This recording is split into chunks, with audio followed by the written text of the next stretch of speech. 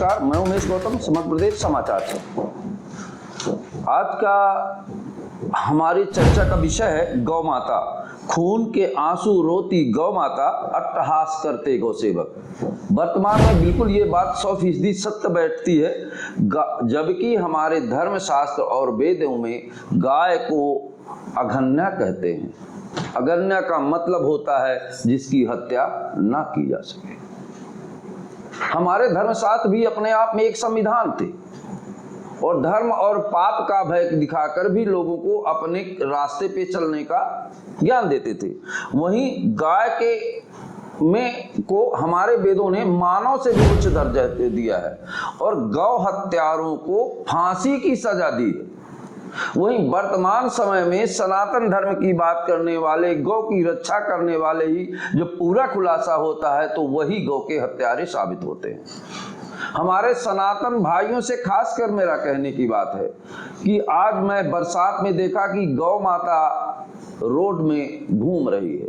वही गौ माता, जिस गौ माता को हमारे वेद शास्त्रों, धर्म शास्त्रों ने विगत दिनों, हमने भी बचपन में देखा है कि वास्तव में गौ माता क्या होती है और गौ क्या होती है। गौ प्लस माता, माता तो अकेले माता है, पर गौ जुड़ने के बाद गौ माता, माता से भी बड़ी जिसका दर्जा हमारे धर्म शास्त्रों ने दिया वो है गौ माता। उस गौ माता की दुर्दशा वर्तमान में जो मेरी बात सुन रहे हैं, जो देख रहे हैं या जो नहीं देख रहे, सब ये जानते हैं कि रास्ते में जब निकलते हैं तो गौ माता की कितनी दुर्दशा है।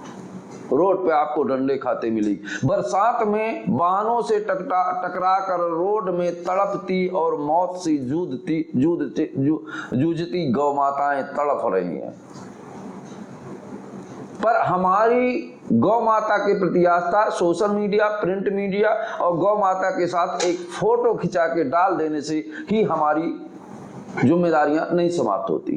अगर हम वास्तव में सनातन धर्म की बात करते हैं तो सनातन धर्म में पुराने जमाने में जब कोई इसी से धोखे से भी गौ हत्या हो जाती थी, उसे पूरे क्षेत्र के लोग, पूरे गांव के लोग, पूरे समाज के लोग उसके हाथ का पानी नहीं पीते थे। उसके घर में कोई जाता नहीं था, उसको सामाजिक बहिष्कार किया जाता था और उसे सबसे पापी और गौ हत्यारा माना जाता था।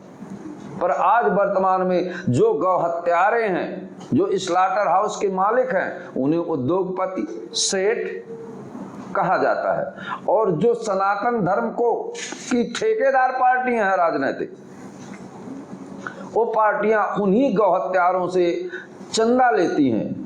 अगर पुरातन और सनातन धर्म की बात की जाए तो गौ हत्यारे और गौ हत्यारे से पैसा लेने वाले दोनों के हाथ का पानी पीना भी जहर के समान है, गौ हत्या के समान है। तो क्या ये आज हमारे धर्म के अवलंबी इस बात को मानते हैं? जो धर्म शास्त्र और सनातन धर्म की बात करते हैं, ऐसा लगता है सनातन धर्म का उपयोग राजनैतिक प्रोपेगेंडा के लिए किया जाता है, ना कि वास्तविक सनातन धर्म की। हमारे सनातन धर्म में संविधान धर्म के आधार पर ही बना दिया गया था, क्योंकि राजनीति और धर्म का एक चोली दामन का रिश्ता है, दोनों को अलग नहीं किया जा सकता।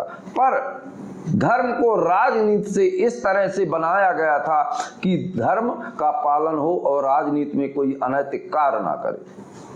हमारे धर्म शास्त्रों में यहां तक किस्साएं हैं कि अगर गौ हत्या की जाती थी तो उसकी सजा हत्या ही होती थी।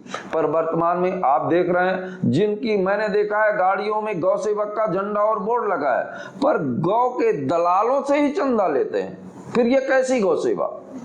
गौ सेवा एक आडंबर नहीं, एक धर्म है और हृदय में विराज। आप एक कल्पना करिए, गौ प्लस माता, मतलब हमारी माता से बढ़कर। अगर हमारी माता को काट कर उसका मांस कोई बेचता है, उसके साथ आप क्या व्यवहार करेंगे? वही स्थिति हमारी गौ माता की है। और गौ माता के संदेश को आप समझिए, आज मैं निकल रहा था तो गौ माता ने मुझे रोका, कहा भाई साहब आप पत्रकार हैं, हर विषय पे बात करते हैं, मेरा भी दर्द आम जनता तक पहुंचाइए। इसके पहले मैं इतनी कभी दुखी नहीं थी। मेरे नाम पे गौशालाएं खोली गई और उन पे भ्रष्टाचार हुआ, मजे में ठेकेदार और राजनीतिक लोग रहे, पर मैं आज भी रोड पे खड़ी हूँ। और पहले तो लोग पहली रोटी जब ये राजनीति में नहीं थी तो मुझे देते थे, और हर गांव में मेरी पूजा होती थी, गोवर्धन बनता था। हर पूजा पाठ में लोग मेरे गोबर से ही पूज के पवित्र मानते हैं। और वहीं आज मेरी दुर्दशा कितनी दयनीय है। आज मैं इस बरसात में, इस कड़कती धूप में, कड़कती ठंड में मेरे लिए कोई जगह नहीं है। मेरे लिए जो गौशालाएं बने उनमें खाने का इंतजाम नहीं है, पानी का इंतजाम नहीं है। एक तगड़ा इंतजाम जरूर है डंडे का, वहां भी मुझे डंडे से स्वागत किया जा सकता है। हमने भी देखा है आए दिन सोशल मीडिया, प्रिंट मीडिया में वीडियो वायरल होते रहते हैं गौ माता के।